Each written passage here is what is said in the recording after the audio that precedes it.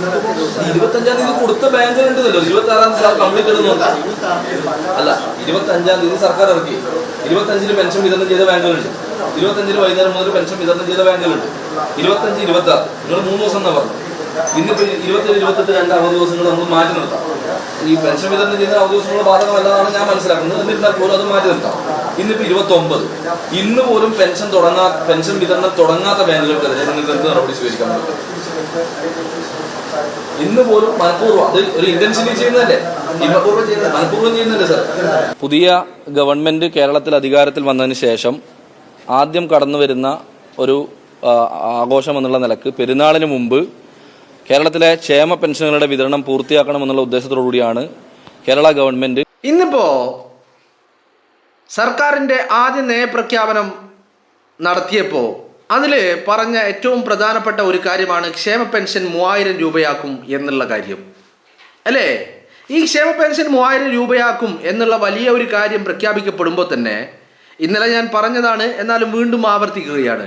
കഴിഞ്ഞ 25-ാം തീയതി ക്ഷേമ പെൻഷൻ വിതരണം തുടങ്ങുമെന്ന് പറഞ്ഞിട്ട് 25-ാം തീയതി ക്ഷേമ പെൻഷൻ വിതരണം ചെയ്ത ബാങ്കുകളുണ്ട്, ഉണ്ടായിട്ടുണ്ട്, അത് ചെയ്തിട്ടുമുണ്ട്. എന്നാൽ CPM ഭരണത്തിലുള്ള ചില ബാങ്കുകൾ, CPMന്റെ ഈ ഏജന്റുമാർ എന്ന് പറഞ്ഞാൽ പെൻഷൻ ഏജന്റുമാരായിട്ടുള്ള ചില ആളുകൾ, അതുപോലെ CPMന്റെ ഈ സഹകരണ ബാങ്കുകളിലാണല്ലോ ഇത് വരുന്നത്.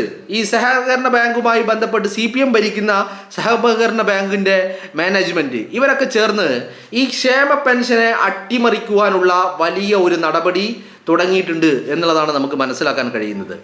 വളരെ കൃത്യമായിട്ട് പറഞ്ഞു കഴിഞ്ഞാൽ ഇന്നിപ്പോൾ 3000 ആക്കുമെന്ന് നയപ്രഖ്യാപനത്തിൽ പ്രഖ്യാപനം ഉണ്ടാകുമ്പോൾ തന്നെ ഈ മെയ് മാസത്തെ ക്ഷേമ പെൻഷൻ വന്നിട്ടും അത് കൊടുക്കാതെ, അത് വിതരണം ചെയ്യാതെ ഇതിനെ തകിടം മറിക്കുവാനുള്ള ഒരു പണി സഖാക്കൾ നടത്തിക്കൊണ്ടിരിക്കുന്നുണ്ട് എന്നുള്ളത് പ്രത്യേകം ഈ ഗവൺമെൻറ് ശ്രദ്ധിക്കേണ്ട ഒരു കാര്യമാണ്.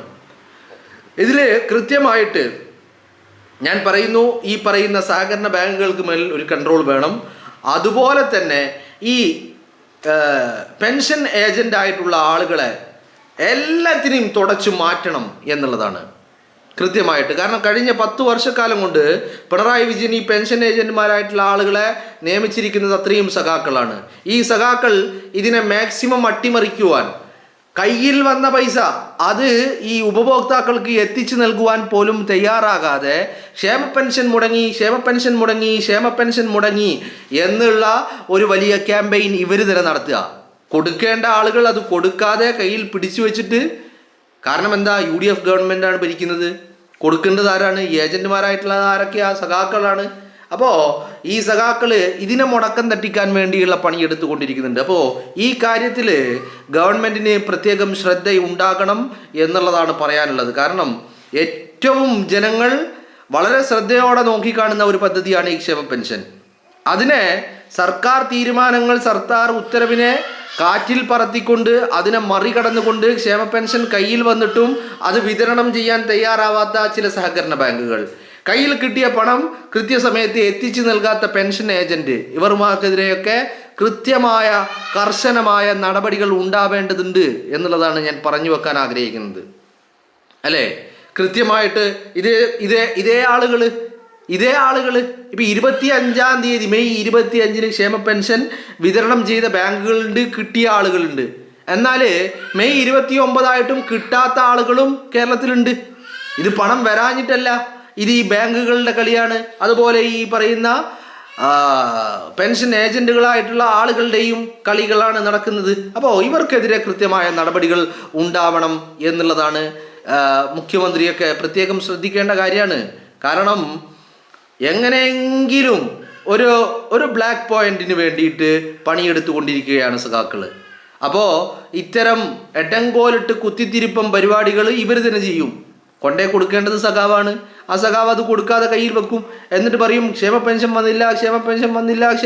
വന്നില്ല എന്ന് പറയും. ഇത് വാങ്ങുന്ന പാവങ്ങളായിട്ടുള്ള വയോധികരായിട്ടുള്ള ആളുകൾക്ക് ഇതൊക്കെ അറിഞ്ഞോളണമെന്നില്ല. അപ്പോൾ കൃത്യമായ ഇടപെടലുകൾ ഇക്കാര്യത്തിൽ ഉണ്ടാവേണ്ടതുണ്ട്. സഖാക്കളെ, പെൻഷൻ ഏജന്റുമാരുടെ ആയിട്ടുള്ള സഖാക്കളെ അതിൽ നിന്ന് നീക്കം ചെയ്യണം. അവരെ പെൻഷൻ ഏജന്റുമാരെന്നുള്ള അവരുടെ ആ പരിപാടി അവരെ നിർത്തലാക്കണം. അവർ വേണ്ട. ഇതിന് മറ്റെന്തെങ്കിലും ഒരു സംവിധാനം ഈ പെൻഷൻ വിതരണം ചെയ്യാൻ മറ്റെന്തെങ്കിലും ഒരു സംവിധാനം കാണേണ്ടതായിട്ടുണ്ട് എന്നുള്ളതാണ് പറഞ്ഞു വെക്കാനുള്ളത്, അല്ലേ? അതോടൊപ്പം തന്നെ ഇന്നത്തെ പ്രഖ്യാപനം, അതിനെക്കുറിച്ച് പറയാതെ നമുക്ക് മുന്നോട്ട് പോകാൻ കഴിയില്ല. 2016 മാനിഫെസ്റ്റോയിൽ പിണറായി വിജയൻ പറഞ്ഞ കാര്യം എന്താ പറഞ്ഞത്? ക്ഷേമ പെൻഷൻ 2500 ആക്കും. 10 വർഷം പിണറായി വിജയൻ ഭരിച്ചു. 2500 പോയിട്ട് 2000 ആക്കിയത് എപ്പോഴാ? 2025 നവംബർ മാസം. എന്ന് പറഞ്ഞാൽ തദ്ദേശ തെരഞ്ഞെടുപ്പിൻ്റെ മണിക്കൂറുകൾ, ദിവസങ്ങൾക്ക് മുൻപാണ് 1600 എന്നുള്ളത് 2000 രൂപയിലേക്ക് എത്തിച്ചത്. അതായത് 9.5 വർഷം 1600 വെച്ചേ കൊടുത്തു. ഏത്?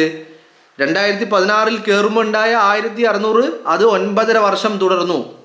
എന്നിട്ട് 2025 നവംബറിൽ 2000 ആക്കി. അപ്പോഴും 10 വർഷം മുമ്പ് പറഞ്ഞ 2500 എന്ന് പറഞ്ഞ ഘട്ടത്തിലേക്ക് പിണറായി വിജയൻ എത്താൻ സാധിച്ചിട്ടില്ല. മനസ്സിലായില്ലേ? ആ പിണറായി വിജയനും അടിമകളുമാണ് ഈ പെൻഷൻ വാങ്ങുന്നവരെയൊക്കെ അധിക്ഷേപിച്ചത്. ഞങ്ങളുടെ കയ്യിൽ നിന്ന് പെൻഷൻ വാങ്ങി നക്കുന്നില്ലേ എന്ന്. ഇവരുടെയൊക്കെ തറവാട് സ്വത്തുനിന്നാണോ പെൻഷൻ വാങ്ങിയത്? അല്ലല്ലോ.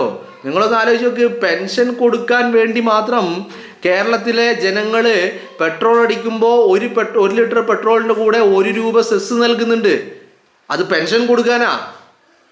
പെൻഷൻ കൊടുക്കാൻ വേണ്ടി മാത്രം കേരളത്തിലെ സാധാരണക്കാരായ ജനങ്ങൾ 1 ലിറ്റർ പെട്രോൾ അടിക്കുമ്പോൾ അതിൻ്റെ കൂടെ 1 രൂപ സെസ് പെൻഷൻ ഫണ്ടിലേക്ക് നമ്മൾ കൊടുക്കുന്നുണ്ട്. അപ്പോൾ സഖാക്കൾ എന്താ പറഞ്ഞത്? പെൻഷൻ വാങ്ങി നക്കിയിട്ട് ഞങ്ങൾക്ക് വോട്ട് ചെയ്തില്ല. പിണറായി വിജയൻ്റെ തന്ത കോര ഉണ്ടാക്കിയതൊന്നല്ല പെൻഷൻ കൊടുത്തിട്ടുള്ളത്. MM മണിയുടെ തന്ത ഉണ്ടാക്കി വെച്ചിരുന്നാണോ പെൻഷൻ കൊടുത്തത്? അല്ലെന്നേ. പെൻഷൻ കൊടുത്തത് സാധാരണക്കാരായ ജനങ്ങൾ പെട്രോൾ അടിക്കുമ്പോൾ 1 ലിറ്റർ പെട്രോളിൻ്റെ മുകളിൽ 1 രൂപ സെസ് നൽകിയിട്ട് ആണ് ഈ പെൻഷൻ കൊടുത്തിരിക്കുന്നത്. മനസ്സിലായില്ലേ? എന്നിട്ടും സാധാരണക്കാരായ ജനങ്ങൾ കോൺട്രിബ്യൂട്ട് ചെയ്തിട്ടും ഈ പറയുന്ന 2500 എത്തിക്കാൻ പിണറായി വിജയന് സാധിച്ചിട്ടില്ല. അപ്പോൾ VD സതീശൻ സർക്കാർ ആദ്യ നയപ്രഖ്യാപനത്തിൽ തന്നെ പെൻഷൻ ഇപ്പോൾ 2000 ഉള്ളത് 3000 എത്തിക്കുമെന്നുള്ള പ്രഖ്യാപനം നടത്തിയിരിക്കുന്നു. എന്ന് പറഞ്ഞാൽ മാനിഫെസ്റ്റോയിൽ പറഞ്ഞ കാര്യങ്ങൾ പ്രാവർത്തികമാകുന്നു, പ്രാക്ടിക്കലാകുന്നു. അതിൻ്റെ ആദ്യഘട്ട സ്റ്റെപ്പിലേക്ക് കടന്നിരിക്കുന്നു സർക്കാർ എന്നുള്ളത് വലിയ വലിയ സന്തോഷം നൽകുന്ന കാര്യമാണ്. കാരണം ഇതിനെ ആശ്രയിച്ച് ജീവിക്കുന്ന ഒരുപാട്, മാനിഫെസ്റ്റോയിൽ പറഞ്ഞ കാര്യങ്ങൾ ഓരോന്നോരോന്നായിട്ട് പ്രാവർത്തികമായി കൊണ്ടിരിക്കുകയാണ്, അല്ലേ? അപ്പോൾ കൃത്യമായിട്ട് ഇതിനെ ആശ്രയിച്ച് ജീവിക്കുന്ന ഒരുപാട് സാധാരണക്കാരായ പാവങ്ങളായിട്ടുള്ള ആളുകളുണ്ട്. അപ്പോൾ അവർക്ക് ഏറ്റവും വലിയ ആശ്വാസമാകുന്ന ഒരു കാര്യമാണ്. അപ്പോൾ അവിടെ പ്രത്യേകം ശ്രദ്ധിക്കേണ്ട കാര്യം എന്ന് പറയുന്നത്, സർക്കാർ ഇത്തരം കാര്യങ്ങളിൽ വളരെ കൃത്യമായി പ്രവർത്തിച്ച് കാര്യക്ഷമതയോടുകൂടി പ്രവർത്തിക്കുമ്പോൾ അതിനെ മുടക്കാൻ വേണ്ടിയിട്ട്, അതിന് കോട്ടം വരുത്താൻ വേണ്ടിയിട്ട്, അതിന് ഭംഗം വരുത്താൻ വേണ്ടി പ്രവർത്തിക്കുന്ന ഇത്തരം CPMൻ്റെ നേതൃത്വത്തിലുള്ള സഹകരണ ബാങ്കുകൾ, സ്പെഷ്യൽ പെൻഷൻ ഏജൻസി, ഇവരെയൊക്കെ മാറ്റി നിർത്താനുള്ള ഒരു ശ്രദ്ധ സർക്കാർ കാണിക്കേണ്ടതുണ്ട് എന്നുള്ളതാണ് കൃത്യമായിട്ട്.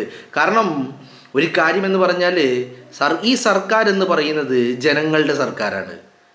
ജനകീയതയുടെ ഒരു പ്രതിഫലനമാണ് ഈ സർക്കാർ എന്ന് പറയുന്നത്, ഒന്നാമത്തെ കാര്യം. രണ്ടാമത്തെ കാര്യം എന്ന് പറയുന്നത്, സർക്കാർ അധികാരത്തിലേറ്റതിൽ പിന്നെ വലിയ രീതിയിൽ ജനകീയമായ നിലപാടുകളും തീരുമാനങ്ങളും ഉത്തരവുകളുമൊക്കെ ഇറക്കി ഞെട്ടിച്ചുകൊണ്ടേയിരിക്കുക. അപ്പോൾ അവിടെ ഒരു കല്ലുകടി ഉണ്ടാക്കാൻ വേണ്ടിയുള്ള ശ്രമങ്ങൾ ഈ കൃമികീടങ്ങൾ, അന്തംകമ്മി കൃമികീടങ്ങൾ നടത്തുന്നുണ്ട് എന്നുള്ളത് നമ്മൾ പ്രത്യേകം മനസ്സിലാക്കേണ്ടതുണ്ട്. അപ്പോൾ അതുകൊണ്ട് വളരെ കൃത്യമായ ഇടപെടലുകൾ ഈ കാര്യത്തിൽ ഉണ്ടാവേണ്ടതുണ്ട്. കാരണം ഇപ്പോൾ 25-ാം തീയതി പെൻഷൻ കൊടുക്കുമെന്ന് പറഞ്ഞു, പെൻഷൻ കൊടുത്തു. 25-ാം തീയതി മിക്ക ബാങ്കുകളും 25-ാം തീയതി പെൻഷൻ വിതരണം ചെയ്യുകയും ചെയ്തു. എന്നാൽ ഈ CPMൻ്റെ നേതൃത്വത്തിലുള്ള ചില സഹകരണ ബാങ്കുകൾ, അതുപോലെ ഇവരുടെ അന്ധഭക്ത് എന്ന് പറയുന്നത് പോലെ അന്തംകമ്മി, പിണറായി വിജയൻ്റെ ഹാർഡ് കോർ ഭക്തായിട്ടുള്ള ഈ പറയുന്ന അന്ധഭക്തന്മാർ, അന്തംകമ്മികൾ, അവർ ഈ പദ്ധതിയെ അട്ടിമറിക്കുവാനുള്ള ശ്രമം അണിയറയിൽ നടത്തുന്നുണ്ട്. അതിന് സർക്കാർ കാര്യക്ഷമമായിട്ട് വളരെ കർശനമായ നടപടികളുമായിട്ട് അതിനെ നേരിടേണ്ടതുണ്ട് എന്നുള്ളതാണ് പ്രത്യേകം പറയാനുള്ളത്. മനസ്സിലായില്ലേ? അപ്പോൾ ഇത്തരം എന്താ പറയേണ്ടത്, സർക്കാർ ഒരു പദ്ധതി പ്രഖ്യാപിക്കുന്നു, സർക്കാർ അത് നടപ്പിലാക്കുന്നു.